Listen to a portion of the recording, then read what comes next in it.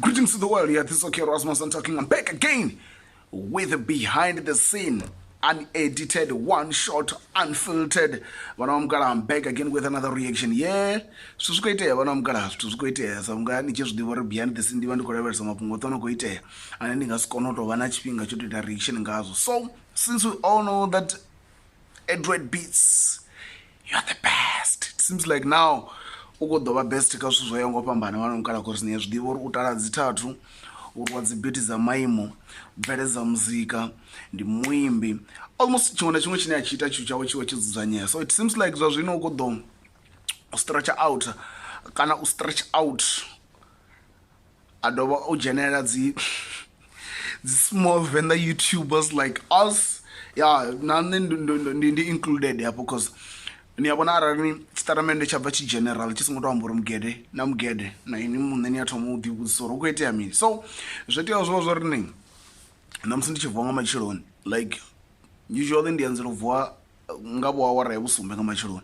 So arana ri ndichikuvwa nga awara yebusumbe nga machiloni wana huna status cha uploadiwa mara china 2 hours zvamburi cha uploadiwa nga 5 madau cha rusumbedza ri ya zvamburi munhu nazvo zvichikomulive zvo zvizikuru. So chivwa namusi ndikuona Adroitbeatz apostorini the best thing you can do like ndikodito zvirwela ngomani mara screenshot chaone ndiyechi chine chava hapo tikobona chito osokorini the best thing you can do as Venḓa YouTuber is to stay away from my music and my company's music. Zvino zvavari ndo zvidivo rini una zwithu zvinenge zvine azviita like aside ka introduction una ubveledza muzika adova vorini una zvazvino una imwe toitwa studio talk podcast yeah ine ava chikuita ana pure love my beautiful sister of all the time adova ita ana Cairo MJ. So enough about that irandi yamenga izvinoni. So zvithu zvine akwamba zvone zvorini zvine ndingazviita sadzi YouTuber zva zvino ndikwina uri ndisendedzere murau ka muzika wanga unokwama ka muzika unokwama nne na muzika unokwama kampani yanga ngorini what I will do ndori chino chipinga tingadova na kaduchero I will take down, I will destroy. Since you know I'm Adroit the best, I'm going to take your YouTube down. So I was like ndichononga chitungo ndichivara izvo zvithu cause ndinondiita dzimwe dzereactions dzemusic wawo but ndichivobara statement chino chichiuya panda chivamba rini mumwe wa muzika uri usive ka YouTube ndindave uri ari kuda uchiva ka YouTube ndiyapone ndokononga ndikufemurwa nyana ngandave rini music wote une onobveledza unondoita reaction ngawo ndi unoenda kuditowana ka YouTube straight. So zvaita rini huvuye pungo helia lina ndakoliamba ka ungari nini ndika episode yotoma ya behind the scene urini una prefix ane matomoni ya mwa ako kokodzana nyana nema nemahunguni and ambura limwe duva I think stovana begenti ndichiko like rakudito vavona private conversation na vatu one of the best rapper in Venḓa rap ndanokumbusa rini ni vona ungari zviitwa nga mini musi muthu achive alilera music wawe urini ukuposiwa ka YouTube.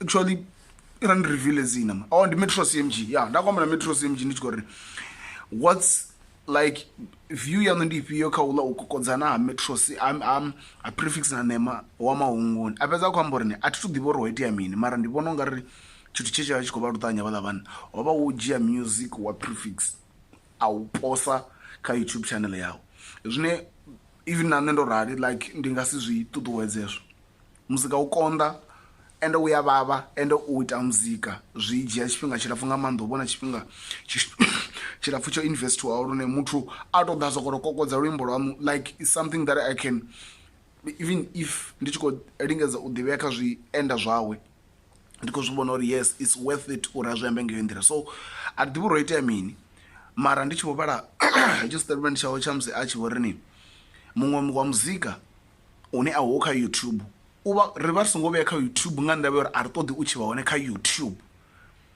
So zvaita uri murova ndichikwamba la murova leli lazim namusinzi 22 yeah ungadzi 21 obva EP ene yavo rini official kana uri chiofisiri ikodobva ngazi if not mistaken aransokodoka ngazi 18 za October ene yavo rini if Zion ndi ya Mizofel na Muledane Hustler ine zwa zwino ho bva EP i na nyimbo dza rathi ine zwa zwino i kha ḓi wanala kha dzi digital platform mara kha YouTube a i thu wanala so zwa ita uri ndi soko pfha ungari zwi amba uri zwine a khou amba zwone u khou amba uri khamusi hu na vhathu vho no khou dzhia music hoyo vha ya vha u kopa ngangi vha ḓa vha u posa kha YouTube ati sure na nṋe thi thu vha sure mara